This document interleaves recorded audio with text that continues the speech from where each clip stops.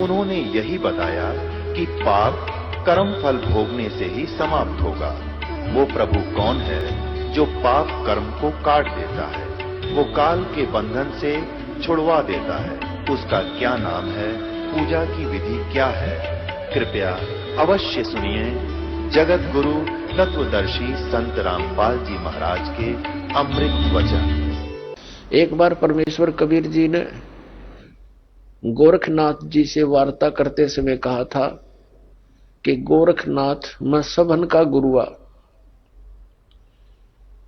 परमात्मा ने कहा था मैं सबका गुरु हूं, उस्ताद इस अध्यात्म मार्ग में। तो गोरखनाथ जी कहने लगे, तुम मेरा वचन मोह लाग गए कड़ुआ, कि आपकी बात मुझे अच्छी नहीं लगती। आप कहते हो मैं सबका गुरु हूं।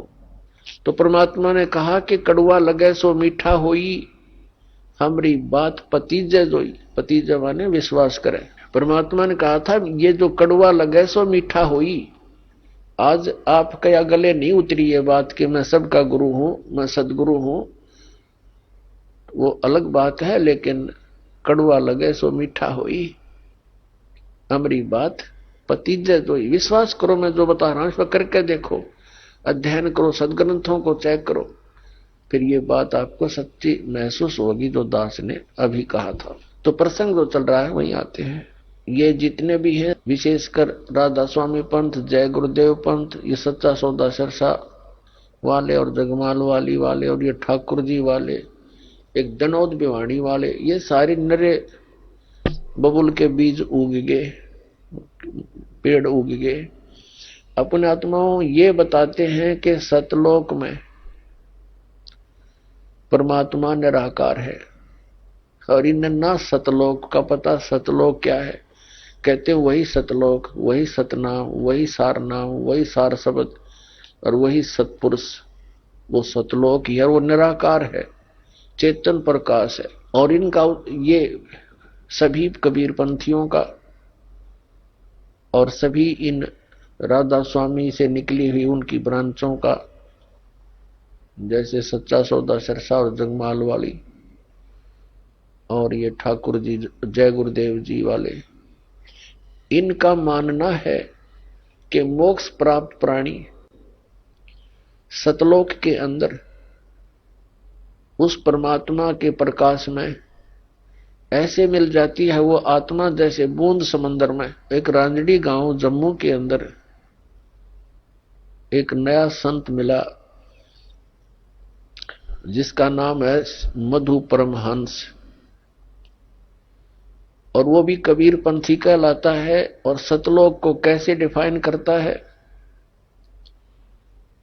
सृष्टि रत्ना सुनाते समय उसने क्या बताया है कि पहले परमात्मा गुप्त थे, फिर उन्होंने एक शब्द उच्चारण किया, उससे एक अद्भुत प्रकाश बन गया। उस प्रकाश के अंदर फिर परमात्मा अमर पुरुष समा गया, वो अमरलोक हो गया। फिर वो फिर अमरलोक बन गया, यानी वो परम पुरुष भी, अमर पुरुष भी, अमरलोक फिर एक हो गया, वो प्रकाश पुंज। और फिर कहते हैं उस प्रकाश ने परमात्मा को ऐसे छटक दिया, अपने आप को ऐसे छटक दिया, उसमें से बूंद सी बन गई ऊपर जानते, फिर उल्टी आ गई। जैसे जल की बूंद ऊपर को फेंकी जाए, जल में आकर मिल जाती है, पर वो मिली नहीं, वो कण कण से बन गए, बिंदु से बनकर जीव बन गए, घूमने लग गए उस प्रकाश में। वहां जाकर मोक्ष प्राप्त, उसके हिसाब से मोक्ष प्राप्त प्राणी वो हंस बनकर जाते हैं, और वो डॉट बिंदु बनकर ऐसे घूमते जैसे मछली जल में उस प्रकाश में भटकती है। ये कहता है कि मेरे पास जो वस्तु है ब्रह्मांड में नहीं। अब उसका सारा जाड़ा लेकर और गांठ बांध दी उसकी, अब दिखा देंगे क्या है उसके पास वस्तु। तो अपने आत्मा परमात्मा ने दया बख्शी है अपने ऊपर, इस दास के ऊपर दया बख्शी है, वो दिव्य दृष्टि दे दी इस ज्ञान को समझने की और इनके अज्ञान की परख करने की, और वो आपको आसानी से करवा देगा। दास 2 मिनट में समझ जाओगे वास्तविकता क्या है। एक तो इसका विधान है श्री मधु परमहंस रांजड़ी वाले का, जम्मू वाले का। एक तो ये हो गया कि अमर पुरुष और अमरलोक वो एक बन गया, वो चेतन प्रकाश हो गया। और फिर ने कहा सार नाम भी, आदि नाम भी, और सार शब्द भी, विधेय शब्द भी, वो अमर पुरुष ही है। अमर पुरुष वो बने गया अमरलोक, यानी वो सारा सारा कुछ हो चेतन प्रकाश को, ये अमरलोक भी, सार शब्द भी, सार नाम भी, विधेय नाम भी, आदि नाम वही, सतनाम भी वही, अमरलोक भी वही, सतपुरुष भी, अमर पुरुष भी वही, और सार नाम भी वही। आ गया वहीं जहां से शुरू हुए थे। ए भगवान, ये भोली आत्माओं को क्या पता भी महात्मा जी पहुंचे होंगे, सतलोक देख कर आएंगे। खक देखा उन्हें, सतलोक के अंदर ऐसी ही सृष्टि है, ऐसे ही मनुष्य, वह पशु पक्षी नहीं है, ये कीड़े मकोड़े नहीं है। वहां सदाबहार वृक्ष है, और सदाबहार वहां के काजू किस्मत सेब संतरे और फल फूल फ्रूट सारे सदाबहार हैं। वहां जाने के बाद प्राणी ना वृद्ध होता, ना उसके अंदर उसकी मृत्यु होती। अपने आत्मा, यदि हमने वहां जाकर के नए धक्के खाने हैं, डोट बनकर घूमना, के आनंद होया? वो खाक आनंद है। मोक्ष का अर्थ होता है जैसे कोई बंधन में ना हो। हम यहाँ कर्मों के बंधन से बंधे हुए हैं, वहां कर्म नहीं है। निष्कर्म में मोक्ष प्राप्त होता है, बिना किए प्राप्त होती है सब सुविधाएं, उसको निष्कर्म में मुक्ति मानते हैं। तो वहां जाने के बाद देखो, आप देखते हैं प्रत्येक व्यक्ति चाहता है काम थोड़ा करूं, ना करूं तो घना बढ़िया और सुविधा सारी हो। यह आभास कहां से हुआ? क्योंकि हम ऐसे स्थान पर रहते थे, वहां हमने काम तो करना ही नहीं पड़ा था, सुविधा नहीं थी, आगे पड़ी रही थी। फिर दूसरा कोई बूढ़ा होना नहीं चाहता, वृद्ध अवस्था को कति पसंद नहीं करते, यानी 80 साल तक भी बाल काले करते रहे हैं और दांत कृत्रिम टडवाए ले हैं, अब कुछ बूढ़ा सा ना दिखो हैं। और फिर मृत्यु कोई नहीं चाहता, और दोनों कंपलसरी। ये तो यहाँ का यूनिवर्सल ट्रूथ है,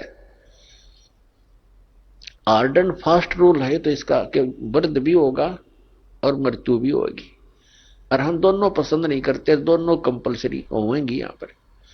इसी प्रकार कोई काम करना नहीं चाहता। हम उच्च शिक्षा किस लिए प्राप्त करते हैं कि हम कुर्सी पर बैठे दफ्तर के नीचे, नौकर हों, घंटी बजाए, पानी पिलाओ, चाय लाओ, है?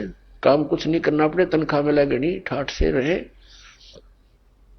तो ये हमारी प्रवृत्ति जो यहाँ हम एक नकल कर रहे हैं, एक लकीर पीट रहे हैं सतलोक के उस सुख को भूल कर, उसको छोड़कर, और वो वही प्राप्त हो सकती है बबूल के पेड़ पर। यदि कोई आम खोज रहा है बबूल के वन में और वहां कोई आम ढूंढ रहा है, उस जैसा मूर्ख नहीं। तो हम इस बबूल के वन में, इस काल के लोक में, और वो सुख खोज रहे हैं सतलोक वाले। यहाँ के स्वर्ग महास्वर्ग में भी वो सुख नहीं है। तो वो बातें परमात्मा ने हमें याद दिलाई है। तो प्रसंग चल रहा है कि सतलोक के अंदर आपको मनुष्य शरीर मिलेगा। वहां 3 पोर्शन है सतलोक के। जैसे अपनी कैपिटल है, राजधानी है दिल्ली, और दिल्ली एक स्टेट भी है। तो दिल्ली का जो बाह्य दिल्ली है, ग्रामीण क्षेत्र है जो, वो तो समझो बाहर की दिल्ली। फिर बीच का बाजार आ गया, और फिर प्रधानमंत्री यानी अपना सेक्रेटरीट जो राजधानी स्थल है। ऐसे ही वहां का विभाजन है। तो बाह्य जो क्षेत्र है कति बाहर के साइड का सतलोक का, उसमें बाग बगीचे, फल, झरने, नदियां बह रही है। उसके नेक्स्ट जो सेकंड पोर्शन है, उसके अंदर पूरे आपके बहुत सुंदर सुंदर महल बने हुए जो खाली पड़े हैं, जहां से आप आए हो छोड़कर। एक एक परिवार का पूरा द्वीप है। जैसे आप किसी भी अधिकारी, कर्मचारी या पैसे वाले सेठ के मकान को देखोगे, वो क्या बनाता है? बड़ी कोठी हो, एक अच्छा आगे आंगन हो, लान जिसे बोलते हैं, और उसके अंदर फल फ्रूटों के पौधे पाधे लगे हों, बगीची बनी हो, झरना लगा रखा हो, तालाब हो, इस तरह की हम सुविधा खोजते हैं। और हम पिकनिक मनाने जाते हैं, पहाड़ देखने आ जाते हैं, बड़े बड़े सुंदर स्थान झरने देखने जाते हैं। ये हमारा स्वभाव वहां से बना हुआ है। और यहां तो हम जाते हैं, वहां जेब कटवा कर आ जाते हैं, 10,000 रुपये ले गए कुल्लू और मनाली मई जून जुलाई में, और अपने पैसे खर्चो, वह कुछ दिनों के लिए इधर उधर सैर सपट्टे करो और पैसे बर्बाद करके वापस आ जाओ। यहाँ का तो ये सुख है। और सतलोक में जाने के बाद वो कभी अभाव नहीं, कोई खर्च नहीं, और किसी किस्म का कोई वहां दुख नहीं। अब हम कोई मरना नहीं चाहते, और ये परिवार बना रहो, हम मरा नाम न कति जरूरत नहीं, चाहे दुखी और भी हो जावा, हम यहाँ से नहीं जा सकते, जरूरत ही नहीं हमने जाने की फिर। लेकिन यह मृत्यु खतरनाक हमारे लिए, और वृद्ध अवस्था, और ये सारा वहां होगा, और वहां फिर दुख नहीं, कोई काम नहीं, अपना बहुत ही सुविधा है आपको। वहां भी आपको परमात्मा की याद बनी रहती है, परमात्मा की जो सिमरन वहां भी आपने करना होता है, उस सिमरन का इतना आनंद आता है। कई व्यक्ति सोचते हैं फिर वहां करें क्या, वहां परमात्मा की याद, वहां बहुत सब सुविधाएं हैं जो यहाँ वर्णन नहीं कर सकते। वहां आपको पता भी नहीं चलता कितना समय बीत जाता है, और आप सदा सुखी रहते हो। कोई राग द्वेष नहीं, कोई ऐसी चीज का अभाव नहीं जिससे राग द्वेष बने, कोई छोटा बड़ा नहीं, वहां पर सबको एक जैसी सुविधा है। तो ये सतलोक के अंदर सभी सुविधाएं हैं, और वहां पूर्ण मोक्ष है वो प्राणी, कोई प्रतिबंध नहीं। क्योंकि जितने भी यहाँ कानून बनाए जाते हैं निकम्मे आदमियों के लिए बनते हैं। जो नागरिक अच्छे होते हैं वो तो वैसे अपना सद्भावना से रहते हैं, वो कोई अपराध करते नहीं, तो वहां सभी नागरिक सही हैं, उनका कोई द्वेष नहीं, राग नहीं। क्योंकि यहां से वही प्राणी जाएगा जिसका नेचर सुधर जाएगा और भक्ति धन हो जाएगा। तो यहाँ आपका व्यवहार और स्वभाव सुधारने के लिए प्रैक्टिकल कराया जाता है।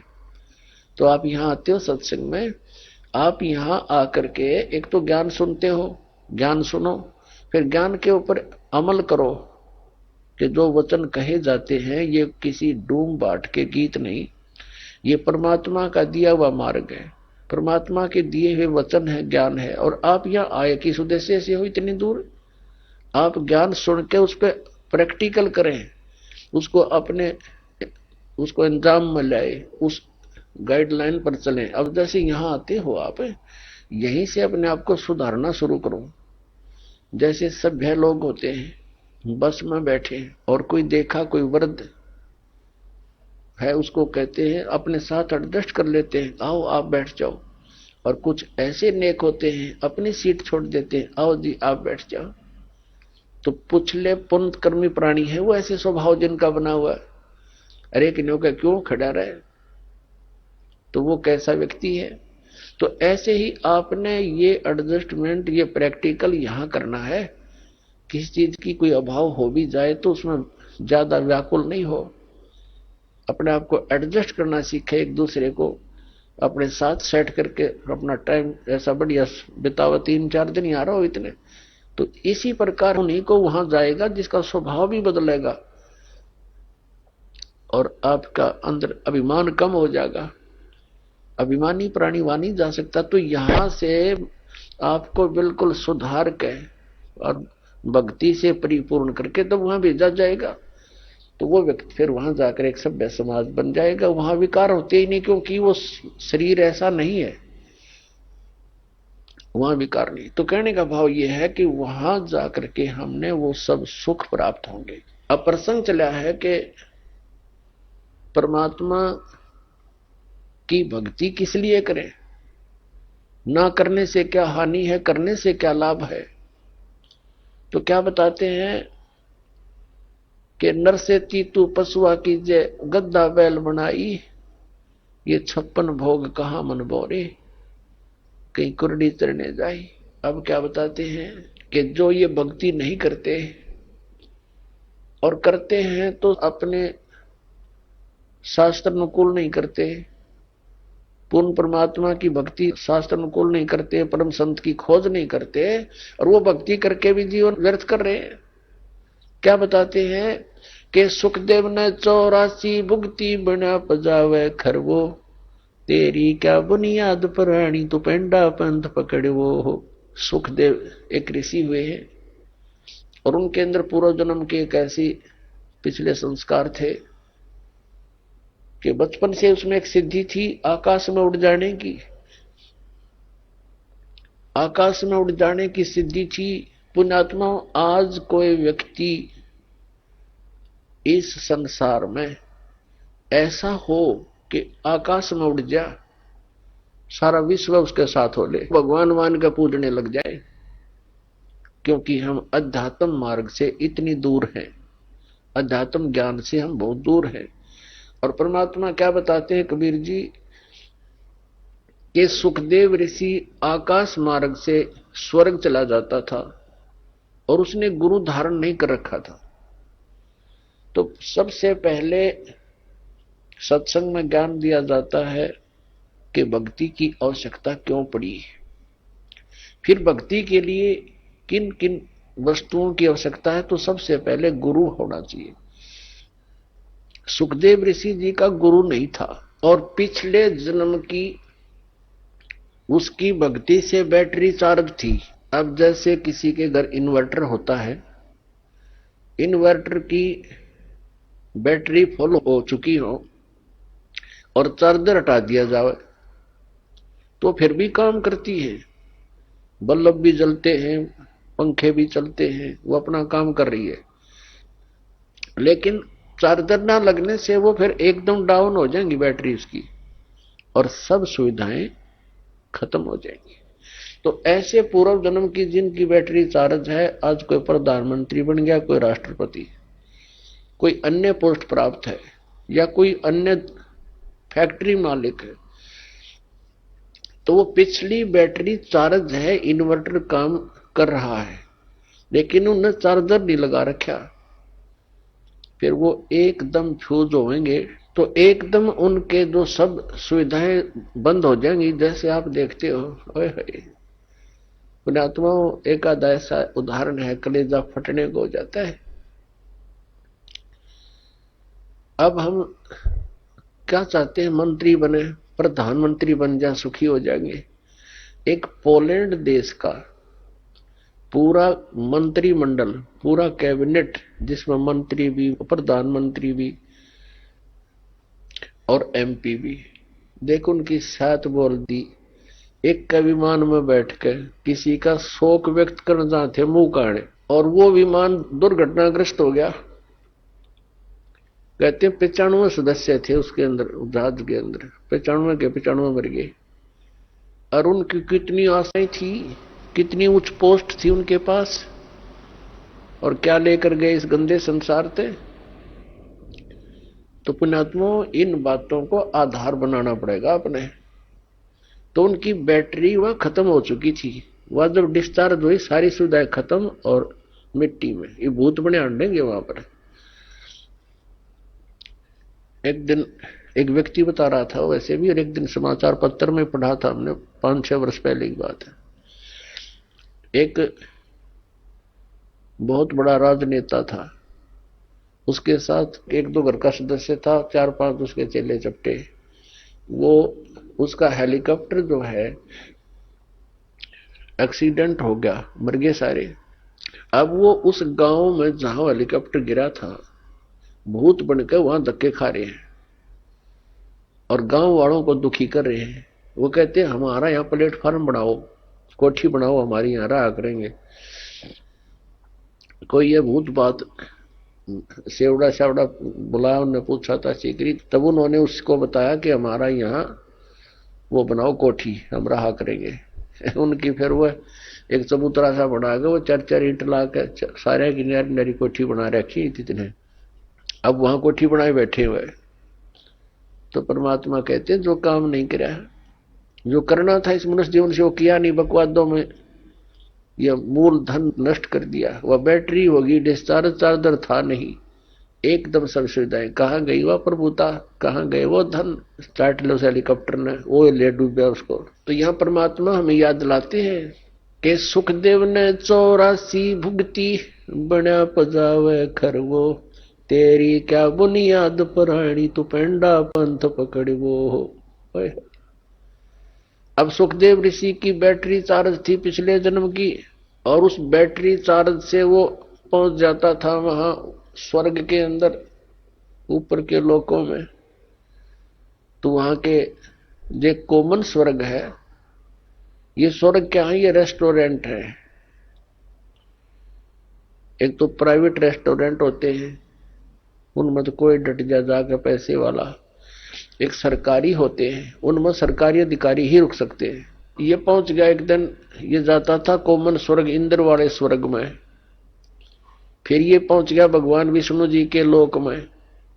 प्रत्येक इन भगवानों के लोकों में इसी तरह रेस्टोरेंट बने हुए हैं, और ये भी अपना काम ऐसे ही चला रहे हैं।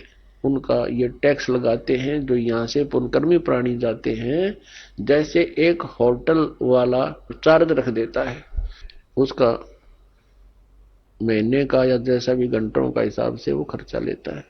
सुखदेव ऋषि जब पहुंचे स्वर्ग में, वहां के होटल में, विष्णु जी वाले बड़े होटल में, तो वहां एक रूल बना रखा है उन्होंने कि जिसने गुरु धारण कर रखा हो वही व्यक्ति यहां आ सकता है, इसमें सटे पा सकता है। अब सुखदेव ऋषि का कोई गुरु नहीं था, बैटरी चार्ज पिछले जन्म के पुण्य कर्मों के कारण वो आकाश में फिर रहा था। तो वहां के जो पहरेदार थे, सेवादार थे उस होटल के, उन्होंने मना कर दिया कि ऋषि जी आपका कोई गुरु है नहीं, इसमें एंट्री नहीं हो सकती आपकी। वो अड़ गया उनके साथ कि तुम पहले व्यक्ति देखे हो हमने, मैं तो ऐसे जाता हूं, वहां भी जाता था, इंद्र के लोक में जाता था।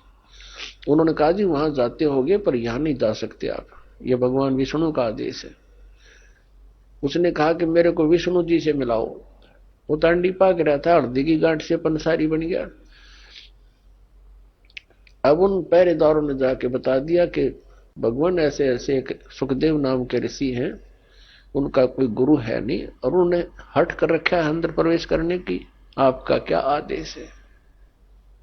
और उसने ये कहा कि मुझे भगवान विष्णु से मिलाओ। भगवान विष्णु आए बाहर। अब ऋषि ने तो ये सोचा था सुखदेव जी ने कि मुझे देखकर जैसे इंद्र दौड़ा आता था ऐसे सीने से लगाएगा कि वाह बड़ी भक्ति कर रखे, यहां पहुंच गए। लेकिन मर्यादा बहुत बड़ी चीज होती है भक्ति मार्ग में। तो विष्णु जी ने उनको सीधे मुंह बात नहीं की और कहा यहां कैसे आए ऋषि जी। पुण्यात्माओं, जो व्यक्ति किसी के पास कोई उद्देश्य लेकर जाता है और वो ये सोचकर जाए कि मुझे बहुत सत्कार मिलेगा, और जाते उसको सीधे मुंह बात ना की जाए तो वो समझ जाता है कि बात बिगड़ गई। आधी तो उसकी भांग वहीं उतरेगी जब भगवान ने नो पूछा तू यहां किस लिए आया। तब उसने कहा जी मैं उस दिन यहां व्यतीत करना चाहता हूं आपके रेस्टोरेंट में, इस स्वर्ग में। तो विष्णु जी को पता तो था ही। फिर उन पार्षदों से पूछा, सेवादारों भाई तुमने क्यों नहीं एंट्री होने दी ऋषि जी की। तो सेवादारों ने बताया जी इनका गुरु नहीं है। तो भगवान ने कहा सुखदेव आप जा सकते हैं, बगैर गुरु वाले व्यक्ति को हम इसमें प्रवेश नहीं होने देते, आप जाइए। अब ऋषि जी ने कहा कि भगवान इस पृथ्वी के ऊपर मेरे समान कोई ऐसा है नहीं, मेरे जैसा कोई सिद्धि युक्त, मैं किसको गुरु बनाऊं। तो भगवान श्री विष्णु जी ने कहा कि सुखदेव ये भी तेरी भूल है, ये तेरा अभिमान बोल रहा है, तेरा अज्ञान बोल रहा है। आप जाइए राजा जनक से उपदेश लीजिए। राजा जनक कौन? जो सीता जी के पिता थे। कई कहते हैं कि गुरु जो है ब्रह्मचारी होना चाहिए, तो वो भी उनकी भूल है उन व्यक्तियों की। अपने आत्माओं, परमात्मा के विधान से अपरिचित व्यक्ति इस तरह की अटकलबाजी करता रहता है।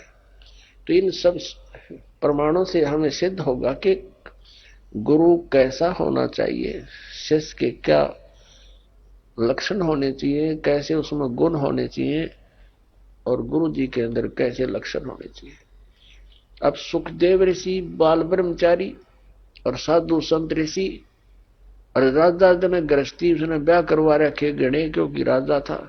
अब वहां तो वो बोल नहीं सका भगवान विष्णु के सामने, तो वापस आ गया। वापस आया तो अन्य ऋषियों के पास जैसे पहले खूब छाती खोल कर जाया करता था, उधर न्यू जावा मुंह लटकाए। उन्होंने पूछा, ऋषि जी ऐसी क्या घटना घट गई, बहुत दुखी से नजर आते हो। तो उसने सारी कहानी बता दी कि मैं विष्णु जी के लोक में गया था और भगवान ने मुझे वहां रहने नहीं दिया। तो उन्होंने अन्य ऋषि देवों ने पूछा कि ऐसी बात नहीं हो सकती, भगवान विष्णु तो बहुत प्यार करते हैं, बहुत अच्छे भगवान हैं, कोई बात और गड़बड़ी पावेगी, कुछ और गलती कर रखी होगी आपने। तब उसने बताया कि मैंने गुरु धारण नहीं कर रखा, भगवान ने या कंडीशन रख रखी है कि जिसका गुरु होगा वही स्वर्ग में रह सकता है, विष्णु जी के स्वर्ग में। तब अन्य जितने भी देव ऋषि थे उन्होंने कहा, ऋषि जी आप तो बहुत भारी भूल किए बैठे हो, हमने तो ये सोचा था आपने कोई गुरु बना रखा होगा, आपने बहुत भारी गलती कर रखी है, बिना गुरु के फिर रहे हो, आपने जीवन नाश कर दिया। अब वहां उसने फिर बताया कि भगवान ने मेरे सामने एक समस्या और पैदा कर दी। क्या पैदा कर दी? कि कहा है कि राजा जनक से नाम लो, तो क्या कहता है कि राजा जनक गृहस्थी बाई और कैसे शीश नवाऊं जाई। वो एक गृहस्थी में बाल ब्रह्मचारी, और कैसे नमस्कार करूंगा मुझको, मेरी इज्जत का नाश हो जाएगा। अब ये मान बढ़ाई और इज्जत, यह भी भक्ति का एक दुश्मन है। परमात्मा कहते हैं राज तजना सहज है और सहज त्रिया का ने, मान बढ़ाई ईर्षा, ये दुर्लभ तजना ये, अरे इनके तजे बिना भगवान नहीं मिला, चाहे कितनी बकवाद कर ले। और पुण्यात्मा यहां आपको इसलिए बुलाया जाता है, वैसे तो परमात्मा अपने बच्चों के लिए सब सुविधाएं ही उपलब्ध कराता है, दयालु है वो, मालिक हमारा पिता है, लेकिन फिर भी आपको यहां जमीन पर बैठाना, प्रणाम करने के लिए एक विशेष विधान है, जिससे हमारे अंदर का जो मैल है, अभिमान का जो सबसे बड़ा बाधक है भगवान के मार्ग में, ये खत्म हो जाएगा। और इसके बिना भगवान निकट नहीं आ सकता। अब जरा सा भी मैल कहीं पर हो, तार के बीच में कनेक्शन ले रखा हो तो लाइट नहीं आएगी, लाइट नहीं आई तो फिर फायदा क्या, वो सारे सांग के जोड़न का। तो पावर प्राप्त करने के लिए, भगवान की शक्ति को अपने पास लाने के लिए, तो हमने ये अहंकार रूपी ये मैल हटाना पड़ेगा। सबने कहा कि ऋषि जी जुल्म कर दिया आपने, तो बहुत गलती कर रखी है। एक आधा आकर मुंह ठंड सा वो कहने लगा, गुरु ना बनावेगा ना गधा बनेगा अगले जन्म में।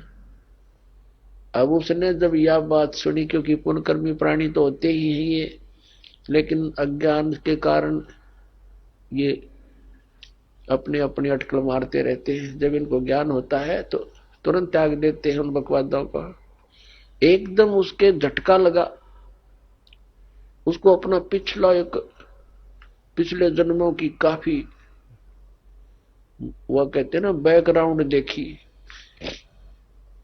पिछले जन्मों के अपने दुख उसके सामने घूमने लगे। उसको क्या हुआ कि जैसे उसको याद आया, उसकी दिव्य दृष्टि वो चालू होगी अंदर की, जितनी उसकी रेंज थी। अब क्या देखा सुखदेव ऋषि ने कि एक बार वो गधा बना हुआ है, गधे की योनि भोग रहा है। कुम्हार ने उसके ऊपर अच्छा बोरे में खूब नीचे से कच्ची ईंटें डालता है और ले जाता पजावे पर। पजावा होता है जहां पर ये कुम्हार लोग ईंटें पकाया करते थे। उसमें क्या होता है कि जैसे भट्ठा शुरू किया लगाना, उसमें जो भी ईंधन डाला जाता उसकी राख बन जाती है। अगले सीजन में उस राख के ऊपर ही वो दोबारा लगा देता है, क्योंकि उस राख को कहां डाल के आए और सथार नहीं। नेक्स्ट सीजन में फिर उसके ऊपर ही लगा देता, वह राख नीचे बनते बनते बहुत बड़ा वो पहाड़ नुमा हो जाता है, फिर उसके ऊपर लगाना शुरू कर देता है। तो उसके ऊपर गधे से नीचे से कच्ची ईंटें ले जाता है, ऐसे ऐसे और वहां कच्ची ईंटें उतार देता है, वो उसके थैले से कमर पर लाद रखा होता है, और वहां तुरंत पक्की ईंटें भर देता है और फिर मार कर लठ नीचे तलता कर देता है। यानी नीचे से भी लद्या जा, ऊपर से भी लद्या आवे। कहते मैं अंधा हो गया, 2-3 वर्ष ऐसे कठिन काम भी लिया मेरे से, मेरे मालिक ने। अंधा हो गया तो मुझे त्याग दिया, जंगल में छोड़ दिया। एक पगडंडी सी पकड़ दी मैंने, उस पर चलता चलता जा रहा था। आगे कोई नाला था, एकदम नाले में अगले पैर टिके, वापस आने में असमर्थ रहा। आगे जाने में भलाई समझी, छलांग लगाई। वो ऐसा नाला था कि मैं फिट हो गया उसमें। आगे मुंह टिक गया, पीछे तो पीठ हट गई, पैर लटक गए। और उस रास्ते पर इक्का दुक्का कोई व्यक्ति आता था, जंगल में गांव से दूर था। तो जो व्यक्ति कोई इक्का दुक्का आवे, मुझे निकालने का प्रयत्न नहीं किया, मेरे ऊपर कमर पर पैर रखकर पार हो जा, पुली बना ली मेरी। हफ्ते 10 दिन तक भुगत कर मेरा जीवन पूरा हुआ। अब वो ऋषि कहने लगे, फिर अब क्या देखना चाहता है तू? ये तो हालत जब है जब तूने आंखों देख लिया, फिर तू नखरे कर रहा है। तो उसकी जो बुद्धि के सुकरीव ढीले हो रहे थे वो टाइट हो गए 1 मिनट में, और चल पड़ा वहां से। फिर आ गया अपने पिता व्यास जी के पास। जब सुखदेव ऋषि का जन्म हुआ, वो 12 वर्ष तक मां के गर्भ में रहे थे, और उसको मां के गर्भ में इस प्राणी को सब पता होता है कि बाहर जाते बिजली गिरेगी। एकदम क्या होता है मां के गर्भ में, तो इन ब्रह्मा विष्णु महेश इनमें के गुण है। ब्रह्मा जी रजगुणी है, रजोगुण है इसके अंदर, और विष्णु जी सतोगुण है, और शंकर जी तमोगुण है। तो इनके गुणों का प्रभाव बाहर आते ही बच्चे पर एकदम असर कर जाता है। फिर एकदम अचेत हो जाता है, भूल जाता है, कुछ भी याद नहीं रहता, सुन्न हो जाता है। इसको नए सिरे से याद कराया जाता है, ये तेरा पिता है, ये तेरी माता है, ये चाचा, ये ताऊ है, ये सब फिर याद कराया जाता। तो उसको पता था कि बाहर जाते बात बिगड़ जाएगी, उद्देश्य भूल जाता है प्राणी, इसलिए 12 वर्ष तक मां के गर्भ से बाहर नहीं आया। ब्रह्मा विष्णु महेश तीनों उपस्थित हुए कि भाई सुखदेव बाहर आ जा, ऐसे तो हमारा तूने सारा कर्म बिगाड़ दिया। अब 12-12 वर्ष तक माताएं बच्चे को गर्भ में रखेंगी, ये तो एक आदत सी पड़ जाएगी सबको। ये तो 9 महीने में दुखी हो जाती हैं, इतने दिन कैसे रखेंगे, तू बाहर आ भाई, ये हमारी परंपरा खराब मत करे। सुखदेव ने कंडीशन रख दी, एक शर्त रख दी कि बाहर जब आऊंगा तुम अपनी इस त्रिगुणमयी माया को रोक लो।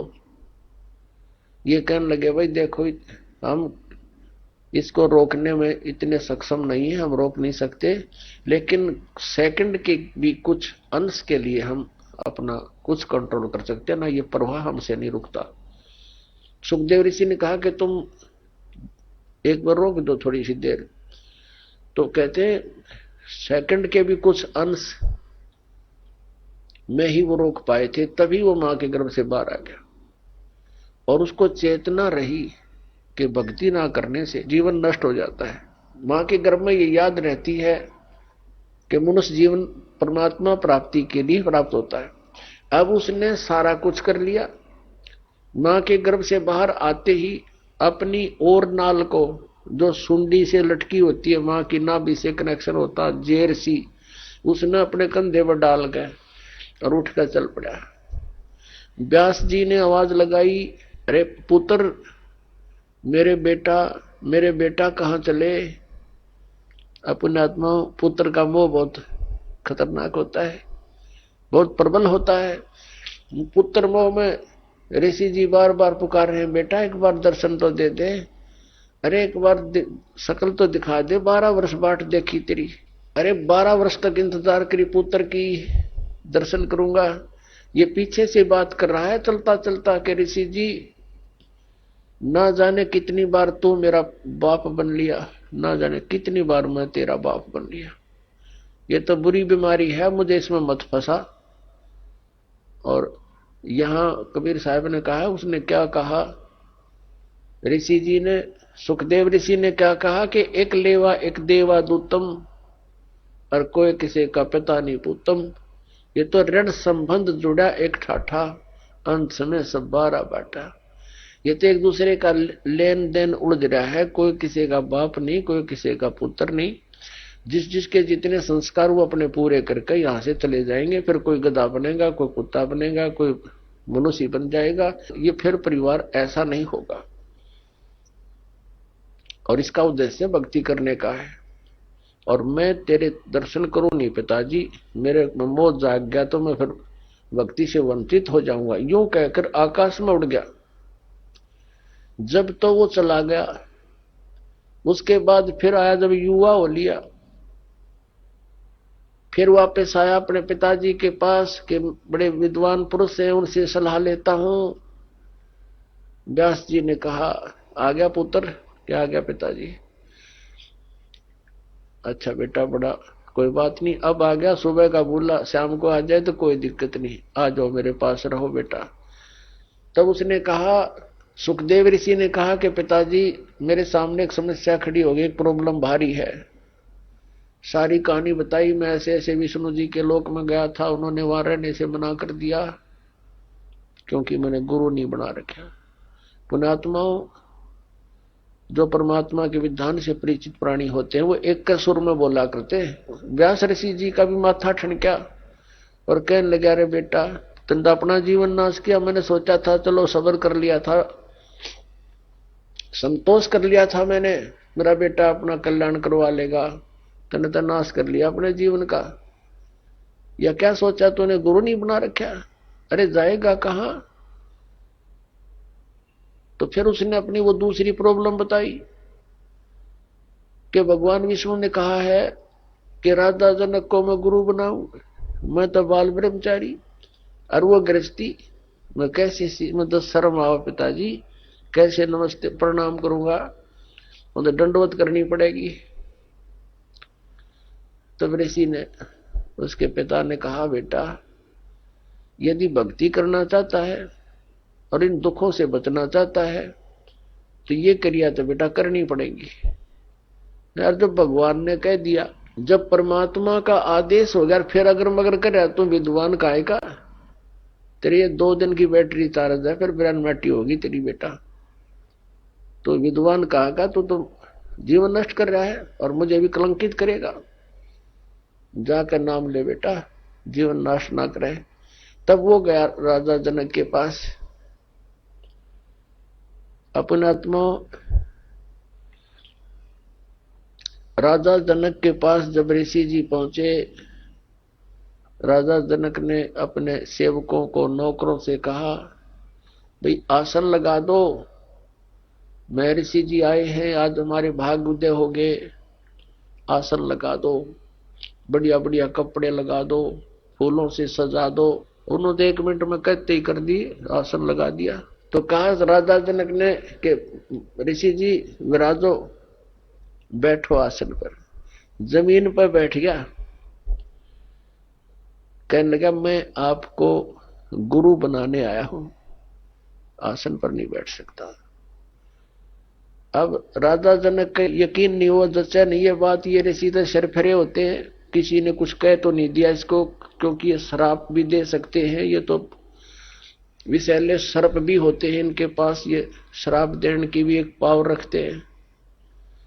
राजा जनक चिंतित हो गया कि भगवान कोई गलती हो तो माफ करना ऋषि जी, हम तो गृहस्थी व्यक्ति हैं, किसी नौकर ने कुछ कह दिया हो आपको, माफ कर देना, आप नीचे ना बैठो, मैं ये सहन नहीं कर सकता क्योंकि ऋषि एक नीचे बैठे, कोई गलती हो तो माफ करो।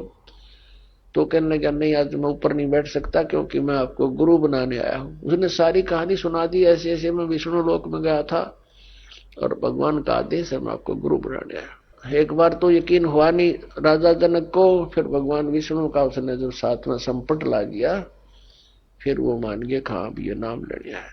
लेकिन दीक्षा देने से पहले शिष्य की थोड़ी बहुत कुछ उसको सेट करना पड़ता है। जैसे अब दास आपको ज्ञान देता है, पूरा विधान बताता है, जो समझदार भक्त आते हैं, प्रथम बार आते हैं, तो इस ज्ञान से प्रभावित होकर वो इस दास को एक संत मानकर नाम लेते हैं और फिर विश्वास दृढ़ता से उस पर लगते हैं तो लाभ मिलता है। नाम भी ले लें, विश्वास गुरु पर होता नहीं तो उसको लाभ नहीं हुआ करता। अध्यात्म मार्ग को बच्चों का खेल नहीं है। तो राजा जनक ने कहा जी सुबह नाम दूंगा स्नान करके, आप रात को रेस्ट करो। अब कहने का भाव ये है, राजा जनक ने एक अलग कक्ष में उसकी व्यवस्था कर दी ऋषि जी के रुकने की, और वहां पर एक नौकरानी, एक औरत की, बहन की सेवा लगा दी। तो ऋषि की सेवा कर, उसको सारा समझा दिया लड़की को कि ऐसे ऐसे इसकी परीक्षा करना। ऋषि जी बैठे थे अपने बेड पर, लड़की अंदर गई और उसी के बेड पर बैठ गई चरणों की तरफ। ऋषि जी ने पैर मोड़ दिए, वो और आगे नहीं तो ऋषि जी बैठ गए और उसके निकट जाना चाहा तो ऋषि जी बेड छोड़कर खड़े हो गए कोने में। कहने लगे माई बहन आप क्या कर रहे हो, साधु संतों के हाथ नहीं लगाते, बिस्तर पर नहीं बैठते, आप क्यों मर्यादा भंग कर रहे हो, आप जा सकते हो। वह लड़की आ गई। राजा जनक ने पूछा तो उसने सारी कहानी बता दी। जी एक नंबर के महात्मा है, तो टच भी नहीं होने दिया मुझे और खड़े हो गए, ये शब्द बोले ऋषि। तो ठीक है, अपने आत्मा परमात्मा ये कहते हैं कि गोरख से ज्ञानी गणे और सुखदेव जति जहान और सीता सी बहु भारिया संत दूर स्थान। ऐसे जति भी था, ऐसा दृढ़ विश्वासी भी था, संयमी भी था, लेकिन नाम बिना कति खाली खोखा था। अब गुरु बिना और यथार्थ भक्ति के बिना खाली खोखा है ये मनुष्य का शरीर, वो वेल विदाउट वाटर। तो सुबह राजा जनक ने क्या किया कि इसकी फड़क निकाल दूं। यूनो कहता राजा जनक गृहस्थी भाई और मैं बाल ब्रह्मचारी, मैंने स्त्री का मुख नहीं देखा। सुखदेव बोले ज्ञान विवेका, हमने कदे स्त्री का मुंह नहीं देखा। राजा जनक गृहस्थी भाई कैसे ऐसी निवाऊं जाई। तो राजा जनक ने बुला लिया कि ऋषि जी को बुला लाओ। ऋषि जी बैठ गए, नीचे बैठ के, नीचे आसन लगवा दिया जैसा भी उसका, नीचे बैठ गए जमीन पर, कोई दरी दूरी बिछवा दी। और साथ में ही थोड़ी सी दूरी पर नौकरों से कहा राजा जनक ने कि भाई गर्म पानी करो। वो समझा रखे थे कि अच्छा भट्ट बाल दो, इसमें पूरा चूल्हा लगा के ऊपर रख दिया एक कढ़ाई, पानी गर्म करने की कढ़ाई रख दी, और साथ में नहाने के लिए एक पाटड़ा बिछा लिया, जैसे पटड़ी होती है। पहले बड़े बड़े पाटड़े होते थे, पूरा 3 बाई 3 का लकड़ी के पटड़े बनाए होते थे, उन पर बैठकर स्नान किया करते थे।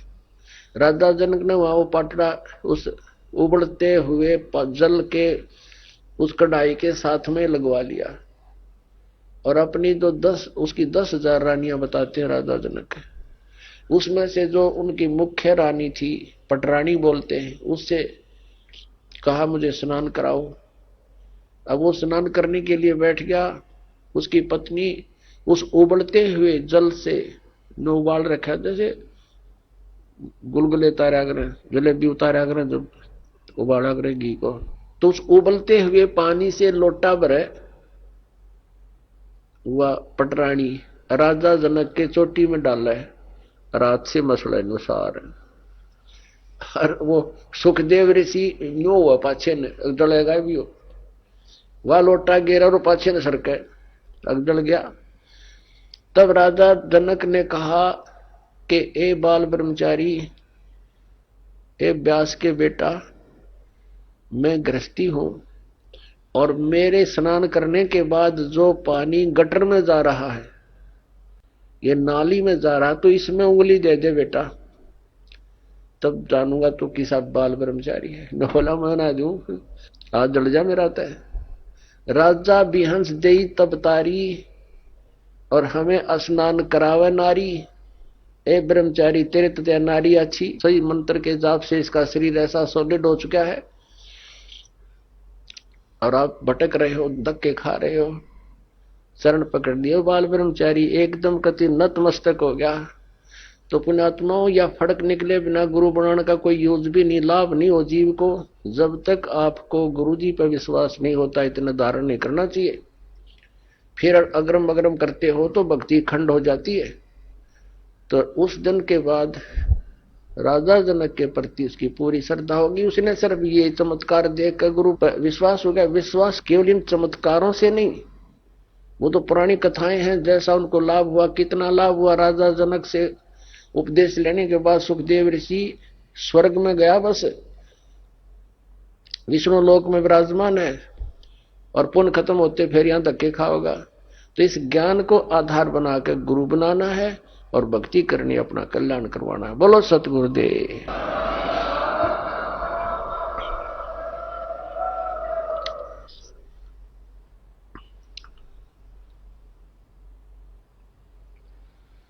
परम पिता परमात्मा पूर्ण ब्रह्म सारी सृष्टि के रचनार कबीर परमेश्वर जी की असीम रजा से आप जी सत्संग सुनने के लिए उपस्थित हुए। जिन पुण्यात्माओं के विशेष पुण्यक्रम उनके साथ होते हैं, वही प्राणी सत्संग प्राप्त करते हैं।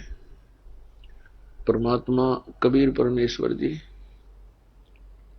ये हम सभी आत्माओं के जनक हैं, ये पिता हैं हमारे, और हम अपनी गलती के कारण इस काल के जाल में फंस गए। अब यहां पर कोई प्राणी सुखी नहीं है, यहां तक कि स्वर्गलोक के देवताओं को भी चैन नहीं है।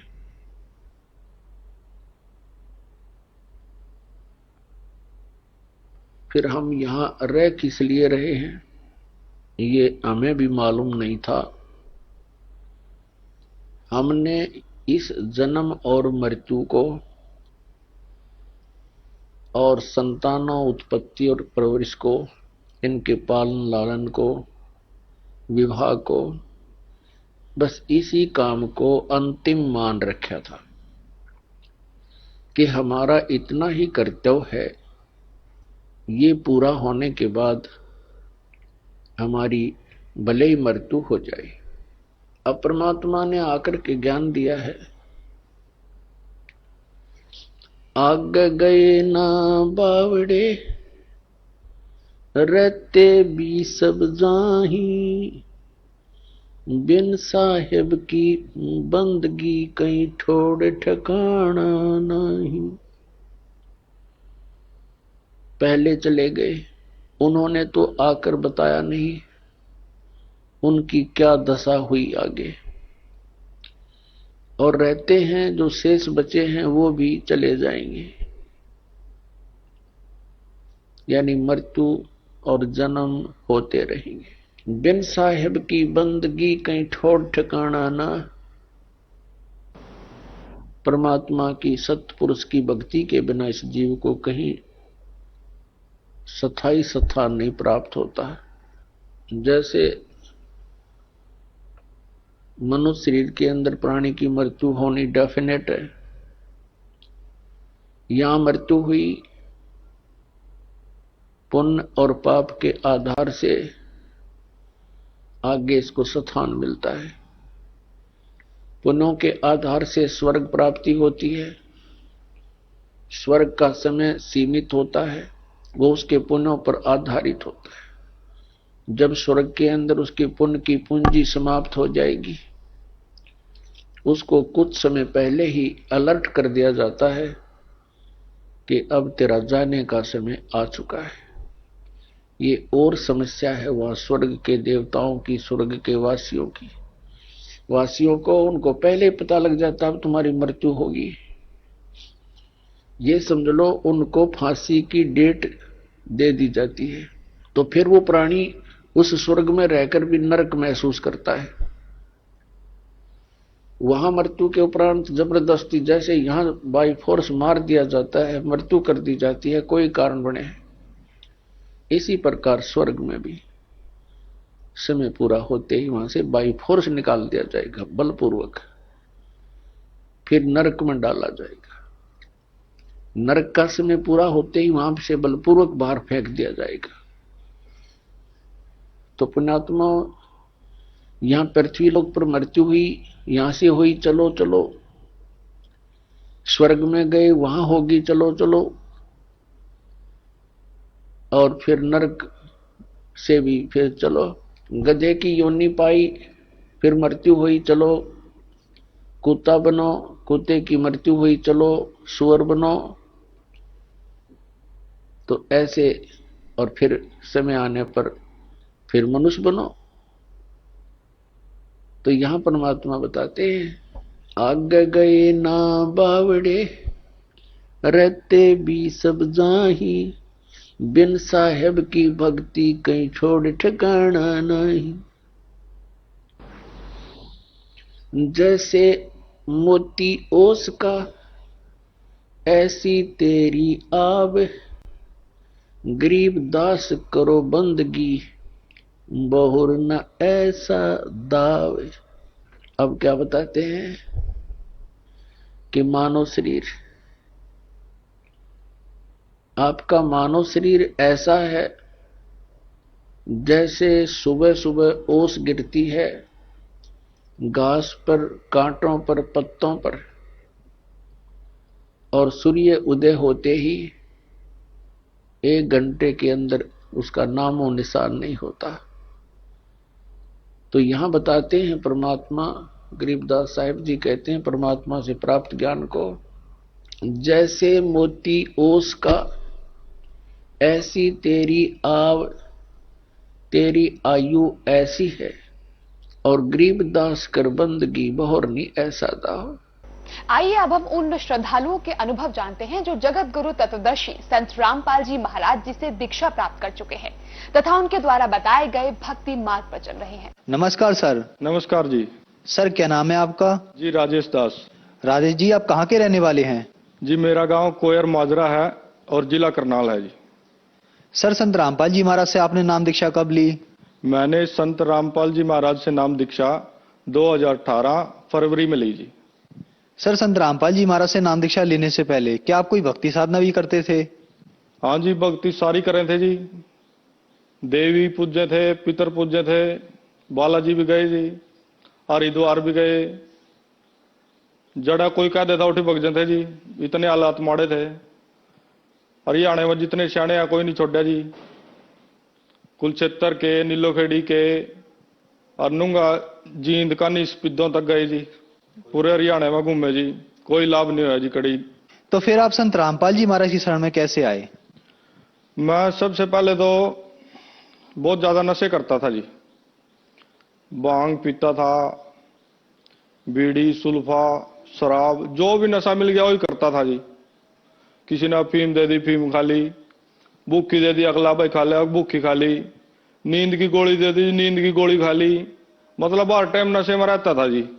दारू पीता था जी, बहुत बुरा हाल था जी। एक बार तो मेंटल हो गया जी मैं पूरा कति। जमीन न्यू गांव में कच्चे कच्चे में फिरदा जी, कदी लगाइया के सूंठ पाया पाएगा फिरदा जी, कदी छड़े में नाचदा जी जा जाएगा, कदी किसी के घर पर्ची फेंक दी, किसी के घर कुछ फेंक दिया जी। जुत्ती पाली हाथा में, पारा में, बुरा हाल जी। न्यू फिरे करदा जी मैं। फिर जमी दुखी हो लिए जी, घर के भी दुखी हो लिए जी। घर में नहीं बढ़न देवा जी, लठ मारा जी। कौन बढ़न देवा जी, मेंटल आदमी घर में कोई नहीं बढ़न देवा। जमी दुखी हो लिया जी। फिर मेरी पत्नी थी जी जो, वह भी छोड़कर चली गई जी। इतने बुरे हालात हो गए। फिर पता नहीं परमात्मा की के लीला हुई जी, थोड़ी रात सी मिली, घर में आना जाना होया। उधर मेरे ससुर जी हैं जो, उन्होंने संत रामपाल जी महाराज जी से नाम दीक्षा ले रखी थी। तो वो आए जी एक दिन, उन्होंने समझाया मेरे को, सारी बात समझाई, गुरु जी के बारे में बताया, गुरु जी का ज्ञान बताया। पर उस टाइम तो कुछ नहीं समझ में आवे था, दारू पिए करते जी, बुरा हाल था।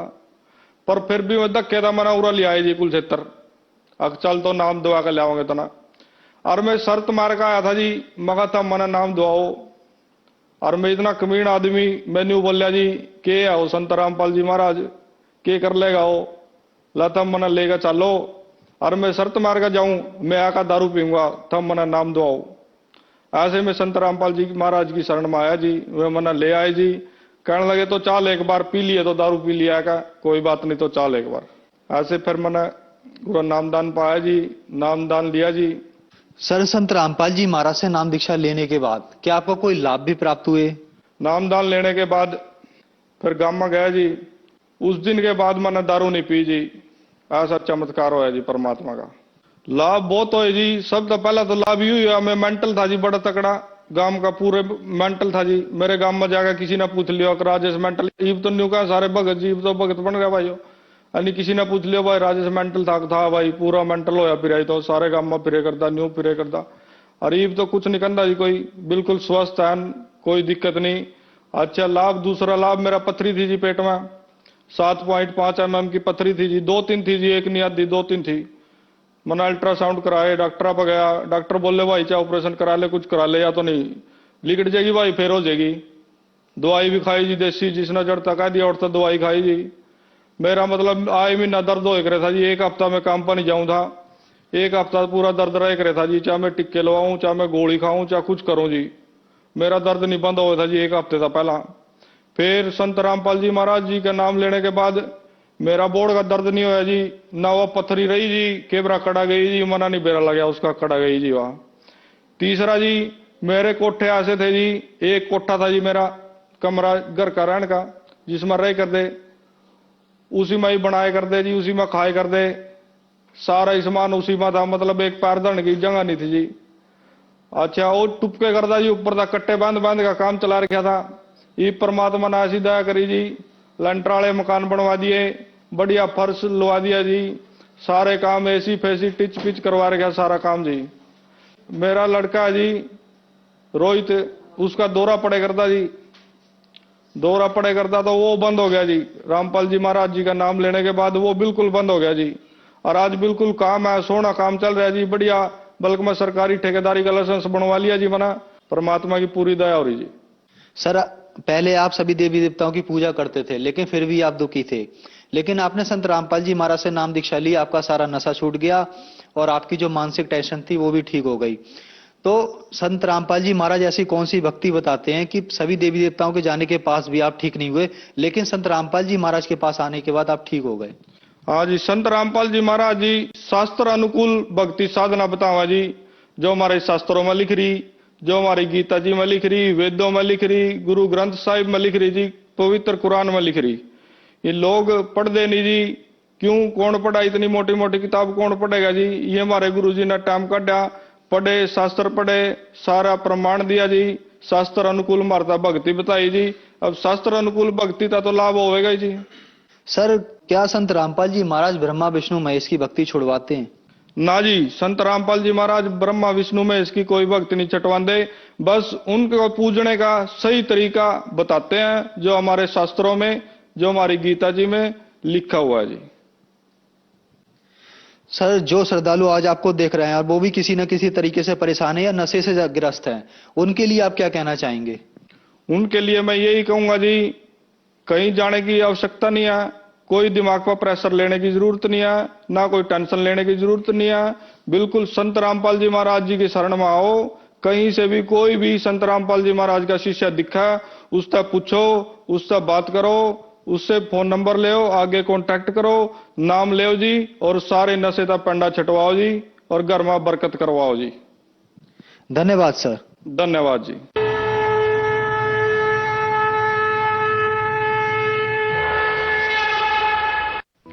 आप सुन रहे थे जगत गुरु तत्वदर्शी संत रामपाल जी महाराज के मंगल प्रवचन। अधिक जानकारी के लिए संपर्क करें 8222880541 8222880541।